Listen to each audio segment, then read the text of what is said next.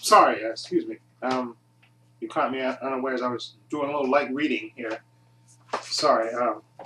Sorry. Let me put that down for a minute. Get back to that later. It's Saturday, and why not continue my tradition of reviewing two movies? Excuse me. I'll be right back. I'm kind of inappropriately dressed.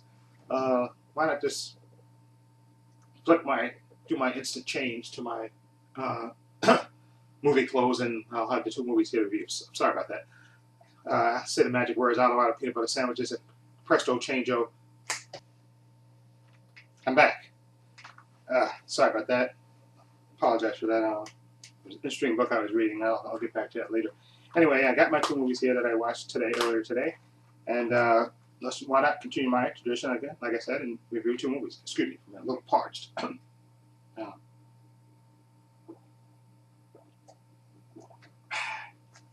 Always hits the spot.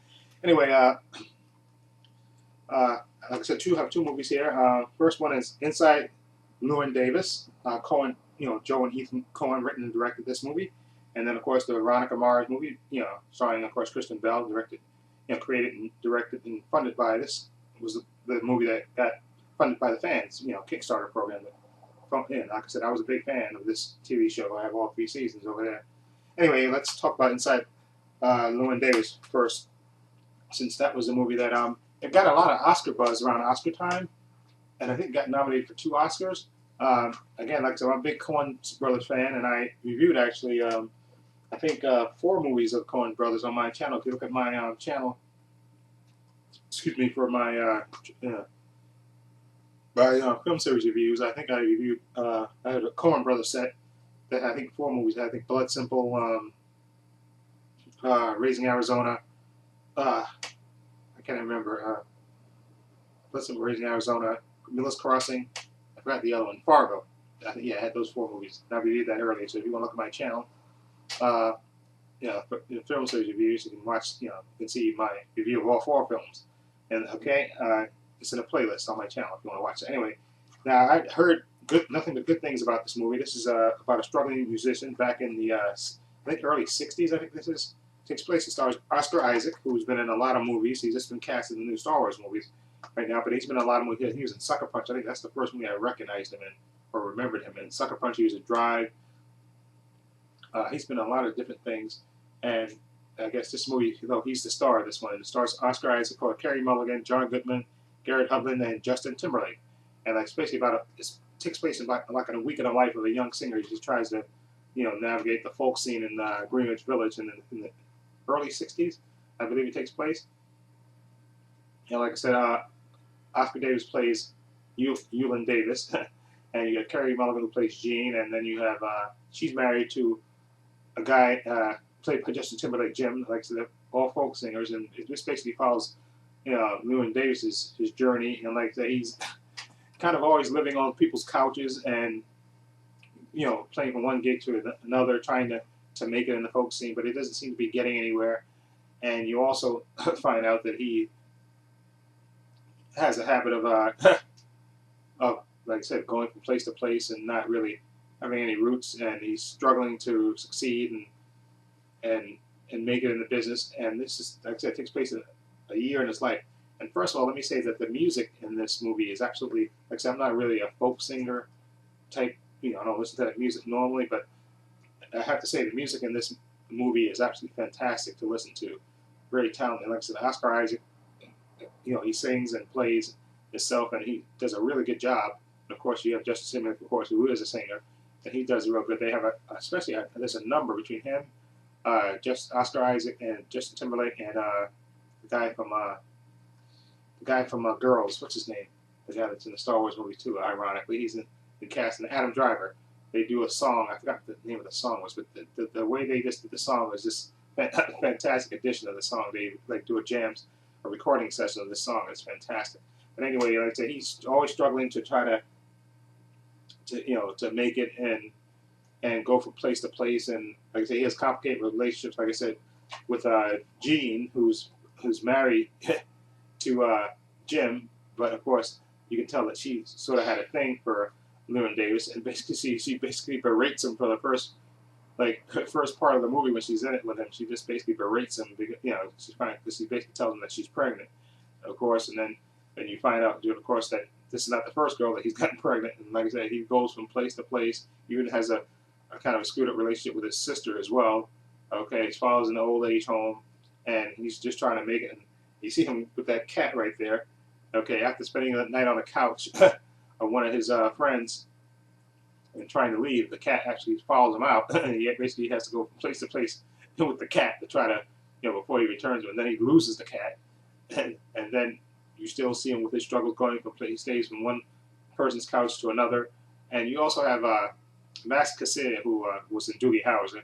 He was Vinny. He has a funny well, not cameo. It's kind of a little small part. Is the guy who owns the main place where they play, and he's always making these wise ass remarks when Oscar Isaac comes, and Llewyn Davis comes in. But like I said, it's a good movie, and like I said, Oscar Isaac as Llewyn Davis is really good in this movie, and I can see why a lot of people wanted him to get nominated. I don't know if he got nominated per se. I know the movie got nominated for 2 Oscars, but I don't know if he got nominated. Let me see something, because I'm not sure about that. I know it said he got nominated for 2 Oscars, but I'm wondering if he was one of the ones that got nominated. I think the movie might. Hold on, let me see something. So let's see. Let's see. But basically, like I said, it's a day in the life of this guy, and it's like I said, you see his struggles and him going and weird things that happen to him, and him going from place to place and playing music and stuff. And like I said, the music is absolutely beautiful. Like I said, I'm not a folk singer, but the music is absolutely beautiful in this. And like I said, it's he comes to a realization in this movie. I don't want to spoil it, but after a while of the struggle and stuff, he comes to a realization and stuff. But he still gives you the great music, and like I said, he does a great job, Oscar Isaac, I think, carrying this film. And he's a star, and I can't wait to see him in Star Wars, what he's going to do on that. And he definitely can carry a film. So like I said, I do wish the movie. I know a lot of people think that the movie, that at least they didn't want the movie to, because the movie's not cliche. It's like you figure, oh, the guy's struggling, he's struggling, the artist. Then all of a sudden he gets his big break, and then he's going to make it. But it's not like that. It's not so predictable. Okay, it's basically almost too true to life in a way, but it's still good and enjoyable. And I would definitely give this Inside Llewyn Davis, especially the music is absolutely fantastic. And like I said, Oscar Isaac does a great job with the music as well, and the acting, of course. I would give Inside Llewyn Davis. Oh yeah, Carey Mulligan. Like I said, she's a little one note in the beginning of the movie, and then later her character sort of softens a little bit. Okay, and John Goodman is good, and he has a little brief kind of cameo in there. It was one of the guys that Llewyn Davis runs into, and also Justin Timberlake. He plays like a naive type of character who's friends with Llewyn Davis, not knowing that he's kind of being cockholed. Okay, and Garrett Huntley plays like the driver for John Goodman's character. It's a small role, but I think Oscar Isaac is the main guy in this movie, and like I said, he carries the movie quite well. And I would give this is not the best Coen Brother movie I've seen, but it's entertaining and a different take on this. And I like the whole era. It was filmed in black and white. I like that.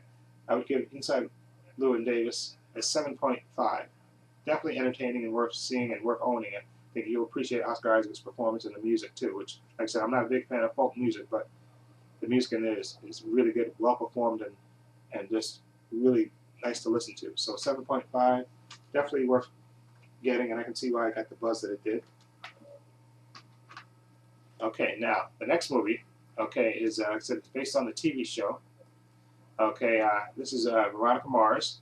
And this is the program. This lasted 3 seasons, I believe, and then they get canceled. I think it was first on Channel 11, then it got moved to Channel 9 in New York, and then they canceled it. I think it's the 4th season they were going to make Veronica Mars be I think an FBI agent. I think that was the plan for Rob Thomas, who was the creator of this show. That was the plan, the next step for her, because I think she was in college at the end in the 3rd season, but I guess they were going to forward it, I think, a few years, and she'd be in the FBI, which I would have loved to see that, because Kristen Bell is a good actress. But anyway, in this movie, Veronica is living in New York with Piz. If you've seen the TV show, old TV show, you know who that character is. He's a guy that she met in college, and she dated Okay, and she's basically, like I said, this takes place years later after she walked away as a private eye. She's, you know, getting ready to take the bar and getting interviewed as a, you know, to work for a prestigious law firm. And so when she finds out that her old boyfriend, Logan Eccles, played by Jason Dohring, has been charged with murdering his ex-girlfriend. Okay, and then she decides to go out there and see if she can help him. Now, for fans of the movie, fans of the TV show, um, I think, you know, a lot of people say sometimes you don't have to see the TV show to see to understand the movie, but I think in this case, Veronica Mars, though, you have to kind of, I think, be a fan of the TV show. I think you do have to be that, or at least know the basic story of the characters and stuff, and how Veronica Mars was, you know, how her, you know, she was a popular kid at first, and then, you know, when her best friend got killed, and then then her father, who was the local sheriff, started investigating it, and he, you know, pissed off some high-powered people, and he basically he got fired as the sheriff in a recall election, and Veronica Mars became a person on brought all the cool kids that used to hang out with her started snubbing her. Okay, and then so she then, you know, started to work with her father, who became a private eye, and she helped solve cases around school and stuff. And it was a really good show. And like I said, Kristen Bell was really good in the show. And of course, Veronica Mars, the character is sarcastic and witty and inventive and stuff, and she is very smart. And that's you know, basic gist of that. But I do think for those who haven't seen this TV show, it should basically just, you know, see some of the, you know, get a basic overview of the show before you watch the movie, so that way you better understand how her character acts. Okay, because then you see this movie, you think she's just a smart ass, and she's not smart, but she's very smart, Veronica Mars, and that's her pattern. You know, based on the TV show, she acts the same way in the movie, so she's really good. Anyway, you also have Percy Diggs III plays Wallace. But now he was like one of the first friends she met. You know, the first friends. I guess he was when he first started there. That was one of her first friends, and he helped her with cases and stuff. And you also have Mac, played by Tina Majorino. Mac, she's the resident computer geek. Okay, and then you also have Jason Dohring, who played Logan Eccles, a boyfriend with a complicated history between her and him and Veronica Mars. Okay, and of course you have Enrico Calato, who plays Keith Mars, Veronica's father, who's also really good in this movie. And basically, like I said, Logan Eccles gets accused of murdering his girlfriend, who was like a rock star. Okay, and you know, he was basically found with the body, and so she flies out there to try to see if she can help. Okay, and like I said, she's also, like I said, trying out for the prestigious law firm. She's getting interviewed, and also she's, like I said, dating Pitts. The character's name is Pitts, played by Chris Laurel. He was in what's that show? The medical show that he was on. I can't remember the medical show he's on. Hold on, it's driving me crazy that I recognize the show that he was on. You may know him better for that. Hold on. Oh, let's see. Private Practice. I'm sorry. He was in Private Practice. He was like not the secretary.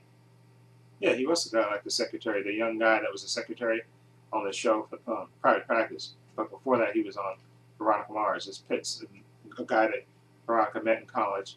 So, but in this movie, you know, she's dating him, and they're living in New York. And like I said, when Logan gets accused of murder, she flies out to California, back to Neptune, and starts investigating and does her thing. And Veronica Mars is a thing of beauty, and Kristen Bell is great in the role, and she falls back into it excellently, as she always does. You know, she's a good, really good actress, and you love the way Veronica Mars acts in this movie. And like I said, of course, you know, Rob Thomas, who created the show, wrote this movie, and of course, Kristen Bell played the part.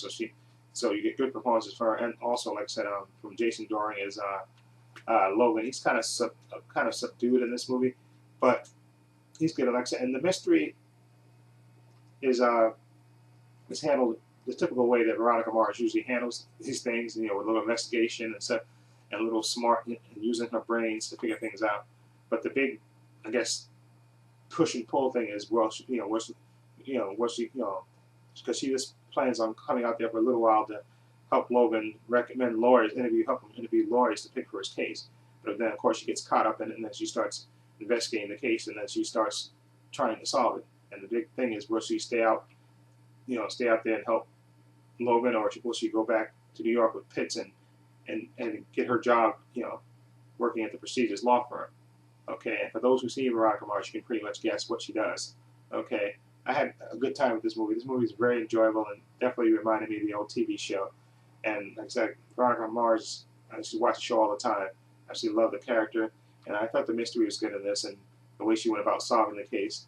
Okay, and I could kind of predict what was going to happen with the love triangle. It happened just the way I thought it would. Okay, but it's still an enjoyable movie, and definitely, like I said, I would definitely recommend this. Veronica Mars. It's an entertaining movie, and Kristen Bell has enough charisma to carry the movie herself. So I'm going to give Veronica Mars a. See, I'm kind of biased, so I'm going to give it an 8 out of 10 because I'm a big fan of the TV show. For fans of the show, I think it would definitely be an 8 out of 10. Okay, but for those who haven't seen the show, I think it would probably be about 7.5 for them. But since I'm a fan of the TV show and I like the way they played it out, 7.5. Okay, so for those people who haven't seen the TV show. For those who have seen the show, I'm going to give it an 8 since I'm a big fan of the TV show, and I thought it fit right in with the Veronica Mars whole persona and stuff in the TV show. And they had a bunch of old characters come back. And for those who've seen the show, they had a whole bunch of the old characters come back on the show, which was really good stuff. And definitely worth getting and definitely worth watching.